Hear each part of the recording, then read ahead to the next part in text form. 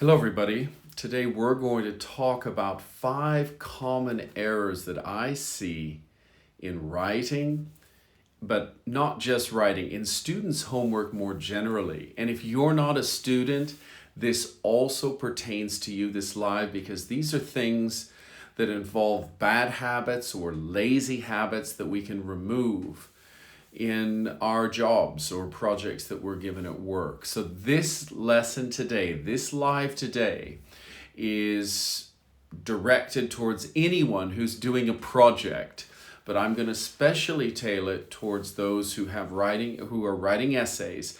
5 things, errors, I say errors, bad habits that I see lots of people making over and over again. So this live today applies not only to writing, but to homework more generally and to jobs. If you're in a career, how to remove 5 what I consider bad or lazy habits. Are you ready? Let's have our discussion. And then towards the end, if you would like to ask some questions, go ahead and do that. All right, these issues, as I've just mentioned, cut across all different areas of our life. Number 1, no plan. So I'm going to tailor my discussion to writing, but you can extrapolate. Extrapolate is a science term, E-X-T-R-A-P-O-L-A-T-E. You can extrapolate my ideas onto your sort of area. No plan. I find that students or people, when they're given an assignment to write, they don't make a plan. They just start writing, or they start doing whatever they do to make an essay. But very few people actually have a plan. And in writing, this is really important. I think in any important project, having a plan is essential. And so you have to ask yourself, do I have a plan when I approach a test or anything important in my life? If not, you should develop a plan. So I'll talk about a plan in the context of writing, and that is an outline. So no planning. They just start. And what does that mean? There's no outline. And when you have no outline, which I'll show you in a minute, that means there's no paragraph structure or section structure. There's no structure in general. And this is really important, to have a structure or a plan. And an outline facilitates that. Facilitates is a great word, F-A-C-I-L-A-T-E. It facilitates that. So what is an outline? An outline is this. Now, it's small, but I'll talk about what that is. It's basically a roadmap or a plan of action on how your essay will eventually look. Now, most essays have similar components: an introduction, a body, which goes into detail about the introduction. The introduction talks about what you're going to talk about. And then the conclusion, which sort of wraps up what you've done and maybe will offer a few practical applications of whatever it is you've discussed. References are optional if you're using sources, but I just want to talk about the essay outline in general. Most students don't do this. Why not? I think in some cases it's because they've not been taught how to make an outline. And in other cases, it's students being lazy, because it's considered by many people to be boring. I find it very interesting because it helps to unify whatever it is you're presenting. And this could also be a presentation. I'm going to give an oral speech, a speech to my classmates or to a group, and I would also use an outline before I begin preparing the speech. So an introduction is basically setting up what you're going to talk about. So what do you include in the introduction? I will tell you very briefly. First, you establish or you introduce your topic very generally. There's no order here, but I'll list the things you should have. You should talk about why it's important to your audience or to a larger group of people. So the importance of the topic. You should talk about your angle or your argument or your idea, how you want to discuss this topic. And then you might want to talk about how you went about creating this essay. So what was your approach? We also call it a methodology. And if you use any sources that are important, what sort of sources did you use? And then we talk about what it is the topic is, and the body, that's in the body. And what you do in the body is you outline the 3 or 4 or however big your talk or essay is. You outline your main points, and then underneath you gradually you go into more detail. Now I can talk about outlines on a different program or live, but I don't want to spend a lot of time on it now because that's not the point. The point is that you should do it and plan whatever it is you're doing and plan it well. The purpose of outlines, what's the purpose? To ensure logicality. Is my speech or essay, is it logical? And with an outline, you can see if it looks logical. It also helps for coherence. Coherence is like flow. And it also helps you understand if you have enough information for your essay. If your outline stops and you don't have anything else to say, then you realize you need to do more research or more reading because you don't have anything more to say and the essay isn't finished. You need to add more information. And finally, if you have an outline, it saves you a lot of time writing and constructing the essay because you can follow your plan, follow your outline, and this will allow you to save time, which I think for all of us is important because everyone is busy. Everybody today is busy. Every student that I have is saying the same thing. I have no time. I'm out of time. So an outline is a way to buy back that time or get back that time because you are saving time by making an efficient or having an efficient plan. All right, let's move to the next. Number 2. Oh, one more thing about outlines. Now, I'm going to talk about reading next, but it's possible that when you're making an outline, you actually have to do a little bit of pre-reading before the outline. So that's natural. So there might need to be a little bit of reading to know what you want to say. And that's fine. So there's a little bit of pre-reading to make the outline, which brings us then to number 2. Something I see over and over again is that students aren't reading enough or at all. So ask yourself this question, and this applies not just to students, to anybody.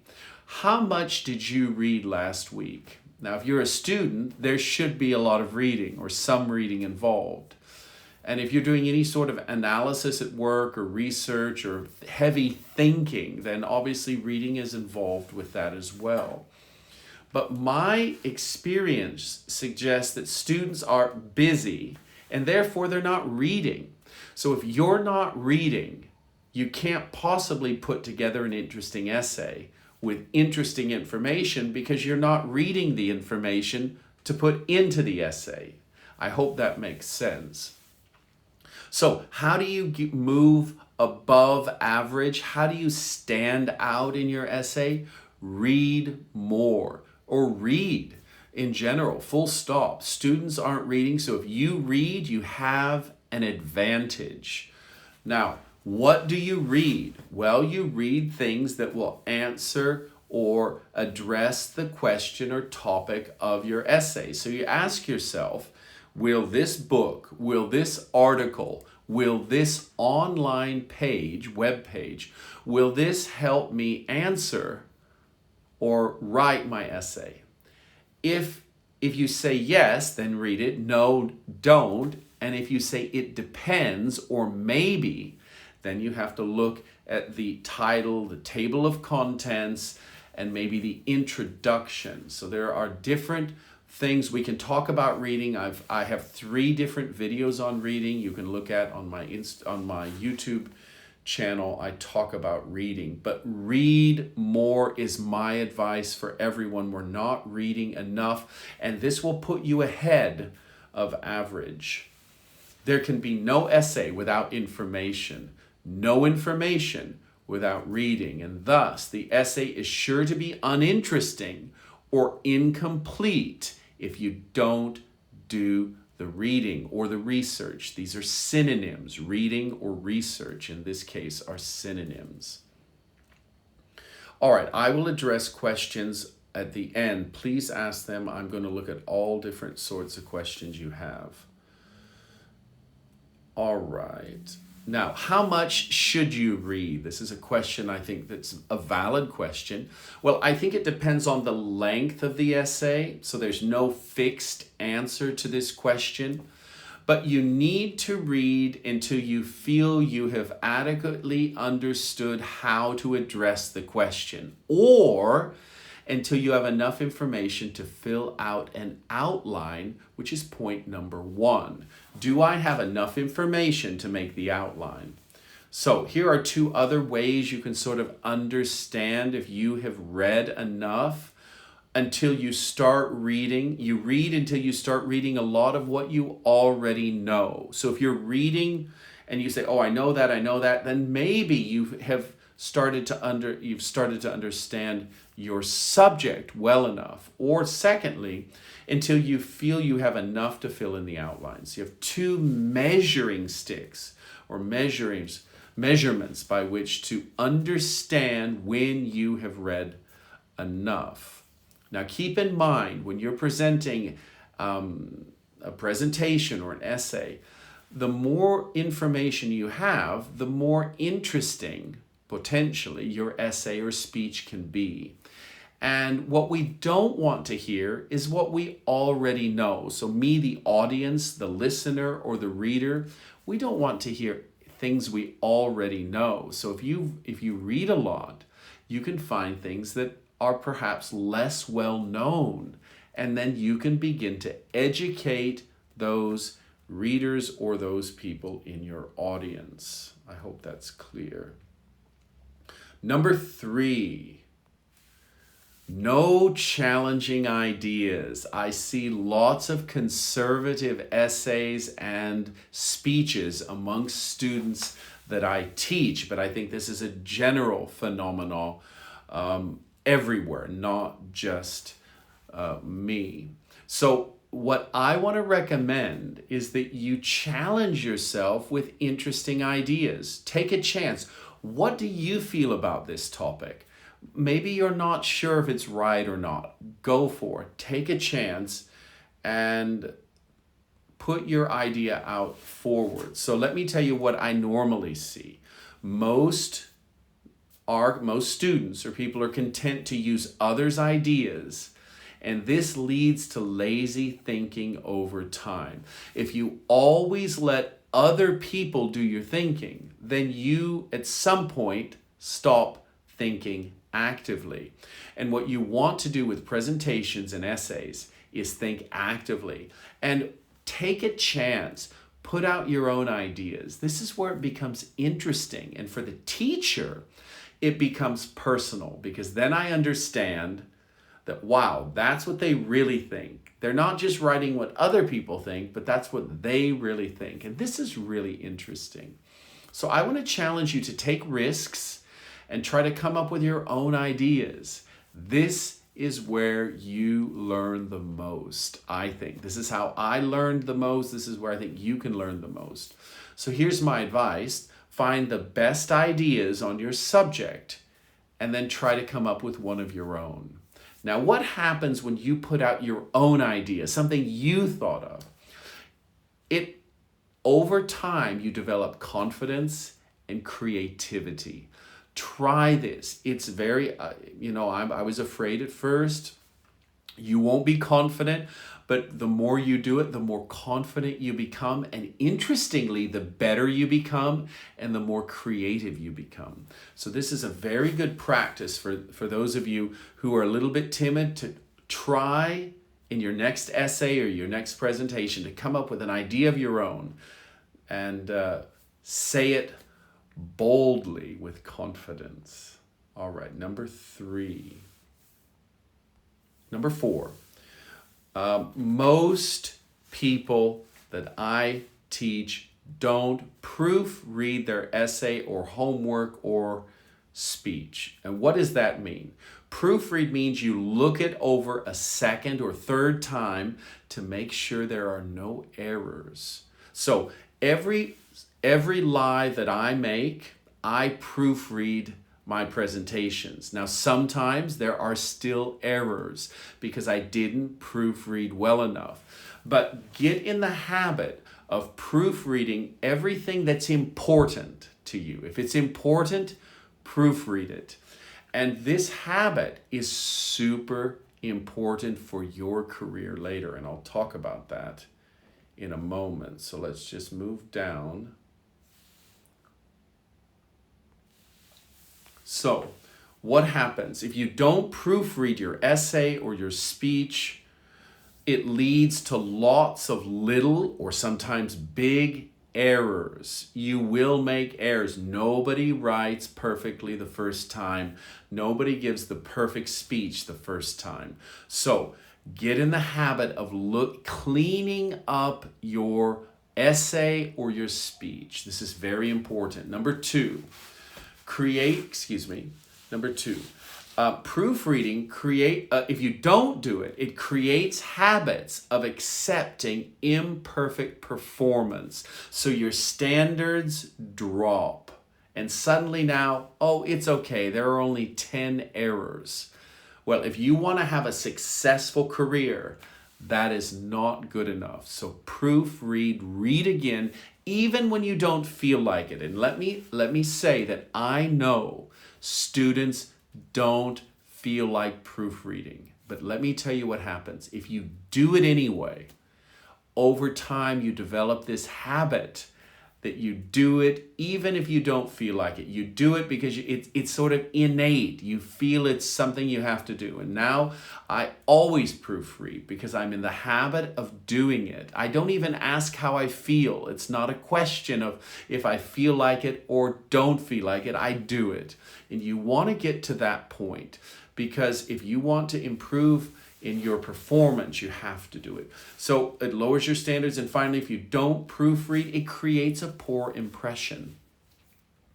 People see errors and they think, oh, okay, they obviously didn't have enough time to do this well or do it right. So you want to create the best impression possible, and the fewer the errors, the better the impression. So get in the habit of doing this.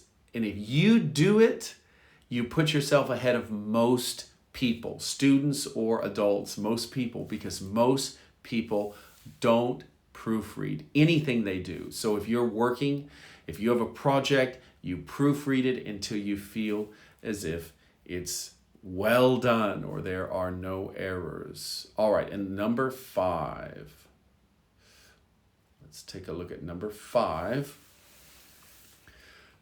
No attempt to improve with every assignment. So with every assignment, you should try to improve your skills even this much, a little bit. So with every presentation I make, I ask myself, what could I have done better? And I make notes. So as I'm giving these presentations, I might talk about the same subject in 2 months, but I've added notes. And it will be different and hopefully better in 2 months than it was today because I'm getting feedback from the audience, which is you, and I'm seeing with my own eyes, oh, that's not right, or I could say that in a better way. And so you're improving all the time. And so what can you do as a student to try to improve with every assignment? I will give you a few examples since we're talking about English language. Then I think this is very critical. Okay, so there's a self-assessment that you can ask yourself. Is there anything in this assignment, that I did differently, that you did differently to challenge yourself? In other words, did you do something differently that you can improve upon. Now, here are 3 suggestions that I'm going to make related to those. For example, in terms of writing essays, did you use any new words that you've never used before in writing? That's an example of challenging yourself. Or did you use new phrases or idioms or sentence structures, these inversions or indirect sentences, direct, indirect language? Did you use any of these? Or finally, a controversial idea that I mentioned earlier. Did you try to come up with an idea that is yours that you want to sort of put out there? With every assignment, you should try to do something, a new word, a new phrase, a new idiom, a new sentence, or a new idea. These, over time, you start to develop an excellence that puts you at the very top. This will lead to a much better career because you're developing habits every day that will put you in a position to be successful. So let me just review what we've talked about. Taking chances, trying new things is how you grow, and it's how I've grown. So whenever I publish something, I'm telling you about new words and phrases because it's what I do. I try to use new words and new phrases with every publication. So with every assignment, try to expand your vocabulary or expand your understanding of syntax or language or sentence structure. All right, let's wrap up. What does all of this have to do with your career after school? Well, I have a theory, and I want to tell you about this theory. My theory is the following. The habits that you form in school and in university carry over into your career. So if you have lazy or poor habits in school or university, you will have lazy or poor habits in your job. If you're not proofreading an essay, you probably won't proofread a project for your boss. You might, because there's money involved. But the point is, you will have to learn this skill or this discipline sooner or later if you want to be successful. You can either learn it in school or university, or you'll have to learn it at your job. But if you don't do it, you won't be very successful. And so these skills have direct applications. Let's just review them to your future and to your career. So let's see what we looked at. Making a plan. So if your boss gives you a project to do, make a very clear plan. And the rule is the following. The more detailed your plan or your outline is, the better chance it has of succeeding. This is really important. Reading. In your job, if you're the most knowledgeable person in the meeting or in the room or in your office, you will always be valuable. People with knowledge are valuable. So start reading in school and university if you're younger, and that will carry over to your job. If you're older, you can start the process now. It's never too late. Finally, ideas move the world. You know, these ideas, Uber, Airbnb, lots of interesting business ideas began with an idea. Airbnb, they thought this is this website where you can sleep in other people's rooms or rent their apartments, etc. This is an idea that came about, and it has changed the way, before COVID and after COVID, it's changed the way people make holidays. So ideas are important. If you start the habit of testing your ideas, trying to make new ideas, this is really important later in any organization you're in. The best ideas will prevail, and those who issue or come up with these ideas will be rewarded, we hope, appropriately. Proofreading is another way of making sure your project, your essay, whatever you're doing in your job, It's been done well and without error.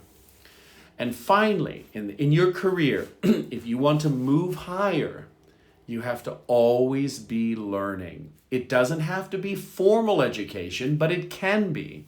You can go back to university and get a degree in the evening or get a diploma if you want, or you can do it on the job. So there are a lot of teachers that are listening to me. If you're a teacher, I'm a teacher. Every time I give a class, then afterwards I make an assessment and I write notes on how next year, when I give that lecture, it will be better. And today I just finished some lectures or discussions, and I made notes on next time I have this discussion, I will include these points. Always be improving. No one has arrived at perfection. We're all on the road. And so it's these little improvements day by day that make you excellent later.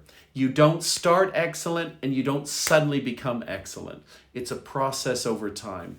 I've been teaching 20 years. And I have made it my effort, or 15 years, I've endeavored to try to improve or challenge myself as much as possible. Obviously not all the time, but as much as possible. And certainly more than most. I can say it with colleagues, and you can see the results over time. You become clearer. As a teacher, clarity is important. So what I want to challenge you, if you're working, if you're in a job, think about after every day or every week, how could I have improved that project that I was on or that relationship, business relationship? So think about how you can make small improvements and then do it. Don't just think about it, then make these improvements. And over time, you will see great results.